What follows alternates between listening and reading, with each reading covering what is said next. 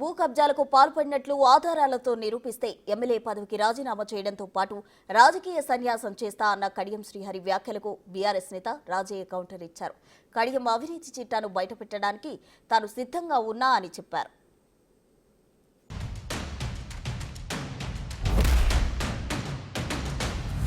తెలంగాణ వ్యాప్తంగానే కాదు, ఎక్కడైనా కడియం శ్రీహరి అధికారులను అడ్డుపెట్టుకొని భూ కబ్జా చేశాడు, వేరే వాళ్ళని బెదిరించి వాళ్ళ దగ్గర నుంచి భూమిని లాక్కున్నాడు, ఆయన పేరు మీద ఆయన కుటుంబ సభ్యుల పేరు మీద రిజిస్ట్రేషన్ చేయించుకున్నాడు అనే సాక్ష్యాలు ఏమైనా ఉంటే మీరు బయట పెట్టండి, నేను దానికి బాధ్యత వహిస్తాను.